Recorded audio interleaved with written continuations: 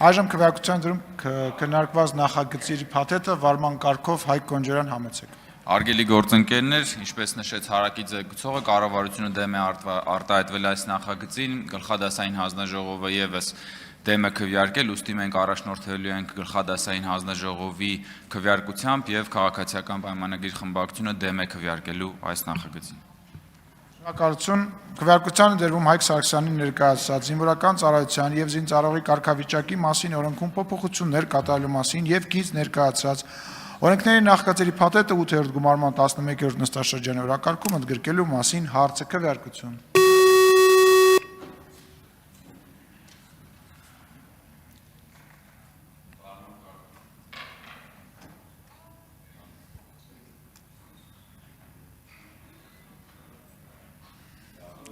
Կողմ 3 դեմ 57 ձեռնպահ 6 որոշումը չի ընդունվել վարման կարգով Հայկ Սարգսյան։ Սիրելի հայրենակիցներ, ճիշտ է նոր ազգային ժողովում չընդունվեց իմ կողմից ներկայացված օրենքի նախագծերի փաթեթը,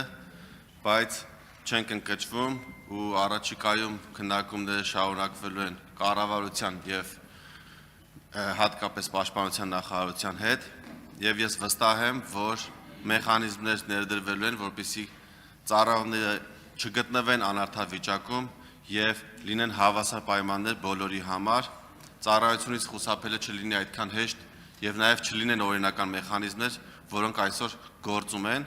Միայն ցավում եմ, որ կարող է չհասցնենք միջև ամառային զորակոչ եւ այս ամառ 2026 թվականի ամռանը զորացրվողները չեն ստանային գումարները, որոնք արդեն իսկ հավաքագրվել են ծառայությունից խուսափած կամ կարճաժամկետ ծառայություն անցնող տղաների վճարած գումարներով։ Այսքանը, շնորհակալ եմ։